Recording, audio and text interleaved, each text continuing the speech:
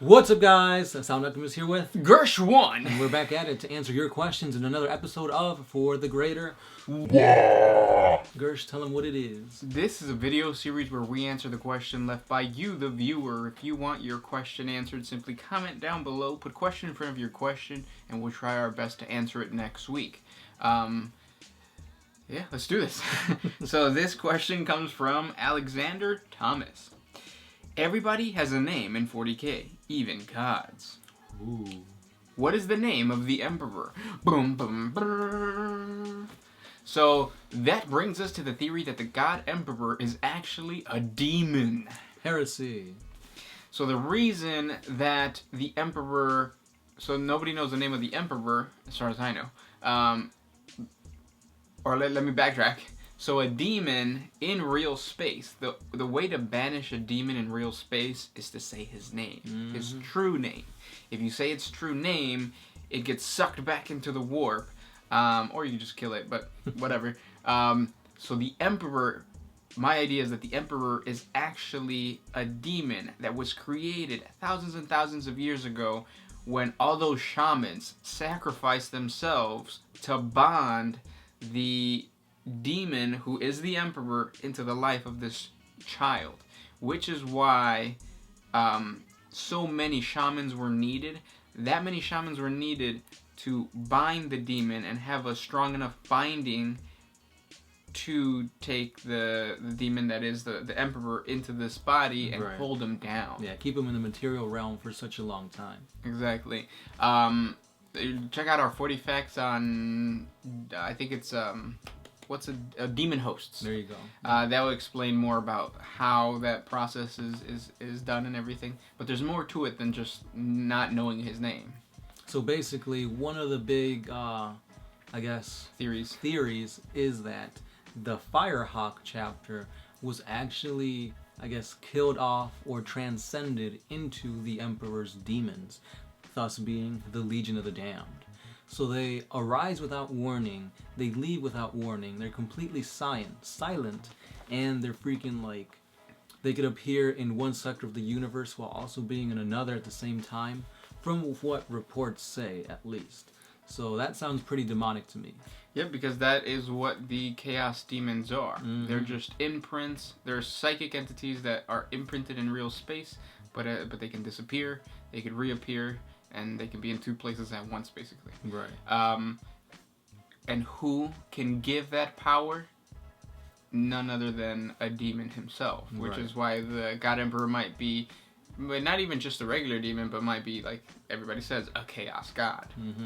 So powerful that he can create the Legion of the Damned. There's probably more to it than that, but that's what we're going to leave off with. Yeah, there's also another theory about this about my dropping my phone, but there's a theory about these saints. They're not really saints, they're basically mortals that are slowly becoming demons, like Saint Celestine and all the other ones. Yep. Good question though, and please leave your comments down below. Should we be shot on point due to our heresy, or are we turning you guys over to a new belief system? And this next question is by All Might. He asks, who is the best? The Adeptus Custodes, the Grey Knights, or the Primaris Space Marines? I'm going to give it to the Custodes. Yeah, I'm going to say the Custodes. Well, yeah, I'll say Custodes. You wanted to say Grey Knights because you're a Grey Knights player. Because supposedly they got that gene seed from the Emperor. But, I mean, it would make sense that the Custodes do too, since they're actually tasked to protect them. Yep, and they were the original, and just like, you know, any one of your skills, usually the first time's the best. Right. Well, I mean, look at the space. Just kidding. Just kidding. I just got it. I was gonna say, look at the Space Marines. They were the first created, but now they've upgraded due to the whole Primaris gene thing factor. Yeah, but definitely they're the last in the line of who's strongest. The Primaris. Even though they're stronger than regular Space Marines, they're not as strong as Grey Knights or... Yeah. It's like, oh, we've got right proportions. Yeah. You're not strong. No. Next question. I have one from Eli Vasquez. What kind of weapon combo would you guys use for the Adeptus Astartes arsenal? Oh, from the Adeptus Astartes arsenal. I always, like the idea of a power fist and a pistol. Because you can get in there, melee it up. Yeah. Now you could actually use pistols in melee. Yeah. But anyway, I would have to go with lightning claws. I always thought it looked pretty badass having like Wolverine claws with lightning. So it's like a mix of Thor in there. Real lightning. Yeah. Fuck. That's what she said. It's too big. This next one is by One Mind, One Universe. Whoa, someone's trying to steal our shit. Okay. What? Nothing. Bully. Oh no, go ahead. Yeah, he's got a big one. That's what she said. No. Okay. Hi guys, it's been a while since my last question. What do you think is the greater threat to the galaxy, the Necrons or the Tyranids? I think Necrons, because the Tyranids cannot consume them, and they aren't made of living bioorganisms. Thank you guys, keep up the videos, good work, looking forward to more Necron lore. Order, unity, obedience. We taught the galaxy these things so long ago, and we will do so again. Whoa. Ooh. So I disagree with you. I think the Tyranids are a lot bigger threat to the galaxy because we don't know how many Tyranids are out there. The galaxy could be just surrounded by hive fleets. Mm-hmm. Whereas the Necrons, we do know how many Necrons there are, and we know that a good portion of them are already dead. Right. Because of malfunctions. Mm-hmm. So it's like after the whole war in heaven and the Silent King made them, go to sleep. A lot of them didn't wake up. A lot of them just decayed. Sometimes, exterminatus just killed them. So Yep. they're not as big as a threat as they seem to be. But with the Tyranids, as he's saying, it's a mystery to how many of them actually are there, since they're not actually part of our universe. Exactly. Galaxy. Yep. Yeah. Kelly, how long have you two been dating? Forever, dude. Because the warp has this really weird thing where it's everywhere and at all times. Mm-hmm. So our relationship is infinite. Yeah, that's very beautiful. I think I'm going to cry. Next question. Dragon Punch 903. Are there bros in 40K? And if so, do they come before hoes? There is definitely bros, but they don't come before hoes. If by hoe you mean demons of Slanesh. Because Fulgrim and Ferrus Manus were the biggest bros. Mm-hmm. And look what happened to Ferrus Manus. He lost his head. Yep. Head game was not on point. Nope, and it's not the head game that you're thinking of. But yeah, so you have that. And then in modern times, who's a good bro?